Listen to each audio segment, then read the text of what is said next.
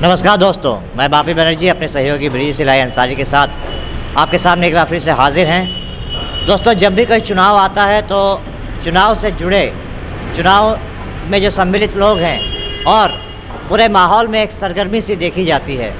Asansol chamber of commerce का जो चुनाव है वो भी इसका अपवाद नहीं है।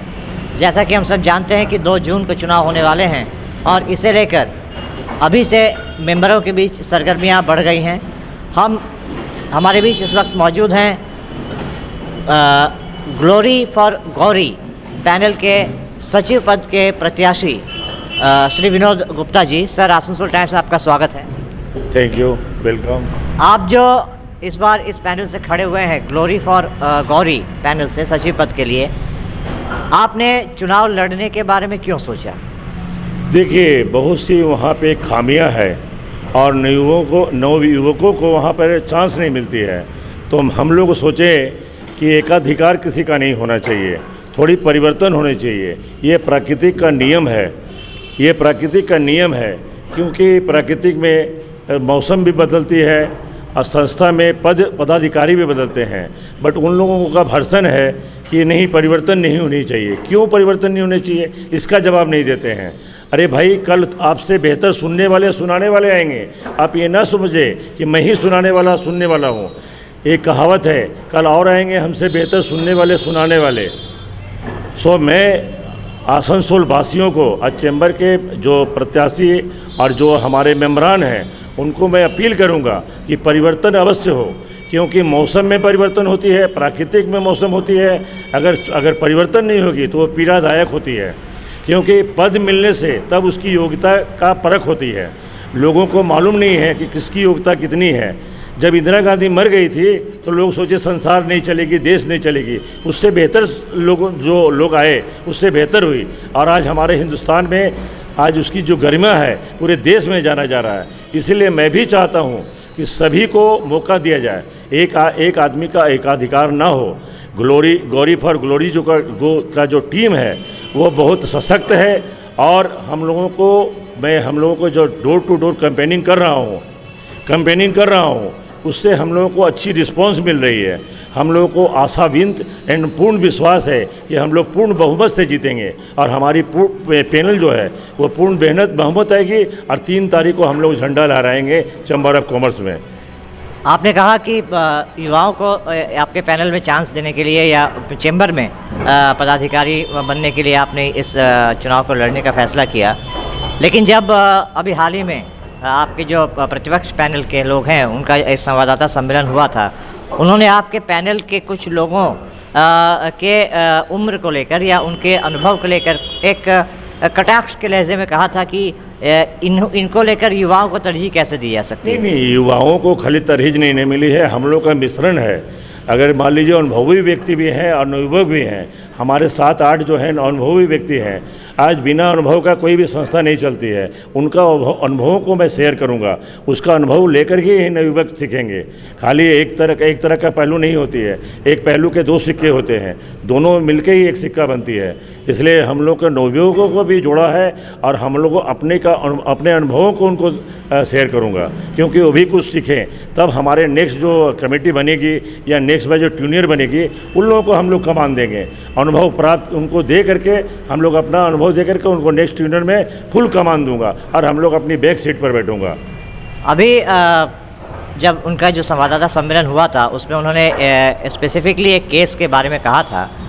नियामतपुर में एक व्यवसायी के यहाँ पे GST का छापा पड़ा था, और इस पैनल का कहना था कि उन्होंने जाके मामले को बहुत ही सशक्त तरीके से उसको हैंडल किया। लेकिन उसके बाद कुछ विवाद भी उसके ऊपर हुआ, तो इस पे आपकी क्या प्रतिक्रिया है? नहीं, विवाद नहीं हुई। जो सत्य है, घटना है, वो उजागर होगी ही। वहाँ के जो चैम्बर के अधिकारी हैं उनको दुख हुई कि हमारे रहते बाहर के लोग क्यों इसमें इंटरफेस किए। अगर इंटरफेस किए तो हम लोगों को जानकारी क्यों नहीं दी गई, ये वास्तविकता है। अगर आप कहीं पर अगर रेड मारनी होती है पुलिस को बिहार का, तो वो आकर के इतला करते हैं कि भैया यहाँ पे क्राइम हुई है, यहाँ क्रिमिनल रहती है, मैं यहाँ पर जा रहा हूँ। ये संहिता में है। आप किसी के घर में घुसपैठिया नहीं कर सकते हैं। अगर घुसपैठिया करने वाले हैं तो उनको जानकारी देनी पड़ेगी, क्योंकि वो आसनसोल चैम्बर ऑफ कॉमर्स के भी सदस्य हैं और वहाँ के भी पदाधिकारी हैं। आप बिना बोले हुए और बिना किए हुए आप किए और उसके बाद उनको जानकारी नहीं है और उन्होंने सवाल भी उठाया है, तो सवाल का जवाब क्यों नहीं देते हैं आप कि आपने किस व्यक्ति को किया, कैसे किया, कब किया।